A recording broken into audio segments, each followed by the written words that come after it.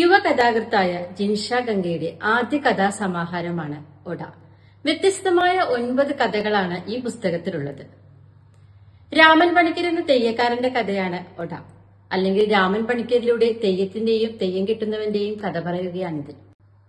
വിശ്വാസത്തിനും കാഴ്ചയ്ക്കും അപ്പുറം തെയ്യം കെട്ടുന്നവന്റെ സഹനങ്ങളും ജാതിവ്യവസ്ഥ ആചാരങ്ങളുടെ പേരിൽ അവനുമേൽ ചെലുത്തുന്ന സ്വാധീനവുമെല്ലാം പറയുന്നുണ്ട്.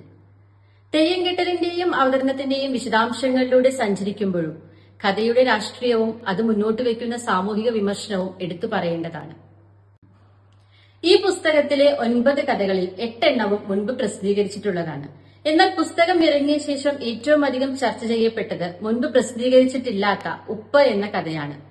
കാമുകിയുടെ ചുണ്ടിലുമുകളിൽ ഉറഞ്ഞുകൂടിയ ഒരു തുള്ളി വിയർപ്പിന്റെ ഉപ്പുരസത്തിൽ പ്രണയവും ജീവിതം തന്നെയും നഷ്ടപ്പെട്ടു പോയ ആനന്ദിന്റെ കഥയാണ്. തനിക്ക് മനസ്സിലാവാത്ത കാരണങ്ങളാൽ തന്നെ വിട്ടുപോയവനെ മനസ്സിലാക്കാൻ അവൾക്ക് സാധിക്കുന്നില്ല, അവനെ മറക്കാനും. അവന്റെ കണ്ണിലെ കണ്ടെത്താൻ കഴിയാത്ത ഉറവുകളിൽ നിന്ന് വന്ന കണ്ണീരുപ്പ് എന്റെ അതുവരെയുള്ള ചോദ്യങ്ങളെ അലിയിച്ചില്ലാതാക്കിയ ശേഷം ഒരിറ്റുപോലും നിറഞ്ഞു പുറത്തേക്കൊഴുകാതെ വറ്റിപ്പോയി. ഒരാൺകുട്ടിയുടെ അമർത്തി പിടിച്ച കരച്ചിൽ എന്റെ അടിവയറ്റിലേക്ക് നൂണ്ടിറങ്ങി. ഉപ്പ് എന്ന കഥ അവസാനിക്കുന്നത് ഇങ്ങനെയാണ്. കുട്ടിക്കാലത്ത് ലൈംഗികാതിക്രമങ്ങൾക്ക് വിധേയരായവർക്ക് അതിന്റെ ട്രോമയിൽ ജീവിതകാലം മുഴുവൻ കഴിയേണ്ടി വരുന്നതിന്റെ ഉദാഹരണമാണ് ആനന്ദ്.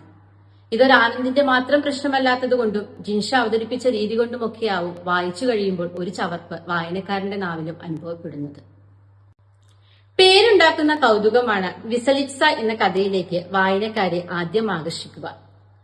പുതിയ കാലത്ത് താൻ അപ്രസക്തനായതിൽ അസ്വസ്ഥനായ ഒരു പ്രമുഖ എഴുത്തുകാരൻ ഒരു പൊതുവേദിയിൽ നിലതെറ്റി നടത്തിയ ഒരു പ്രതികരണത്തിന്റെ ഫലമായി ജയിലിലാവുന്നു. എന്നാൽ അവിടെ വെച്ച് പരിചയപ്പെടുന്ന സാധാരണക്കാരനായ ഒരു തടവുകാരനുമായുള്ള സംഭാഷണം അയാളുടെ ചിന്തയിലും കാഴ്ചപ്പാടിലുമെല്ലാം വലിയ മാറ്റമുണ്ടാക്കുന്നു.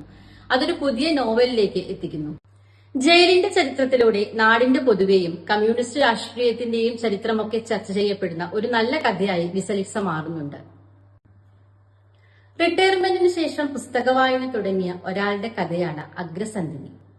അയാളുടെ ചില വിചിത്ര അനുഭവങ്ങൾ, ഒപ്പം താൻ വായിച്ച പുസ്തകങ്ങളിലെ മരിച്ചുപോയവരുടെ മരണകാരണം രേഖപ്പെടുത്തി വെക്കുന്ന അയാളുടെ വിചിത്ര സ്വഭാവമൊക്കെയാണ് ഈ കഥ പറയുന്നത്.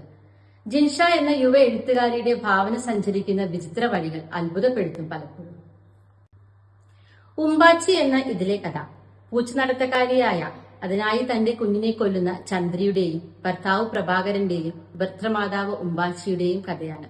മനോഹരമായി പറഞ്ഞൊരു കഥ. കരിമ്പന്റെ കഥ പറയുന്ന പെൺമാല.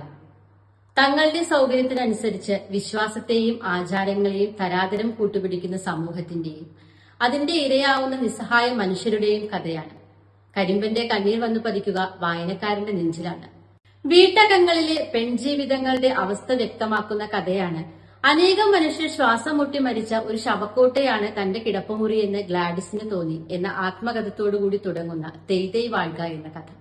ഇങ്ങനെ മികച്ച കഥകളുള്ള മലയാളത്തിലെ ചെറുകഥാശാഖയ്ക്ക് വലിയ പ്രതീക്ഷ നൽകുന്ന ഒന്നാണ് ജിൻഷയുടെ ഈ കഥാസമാഹാരം.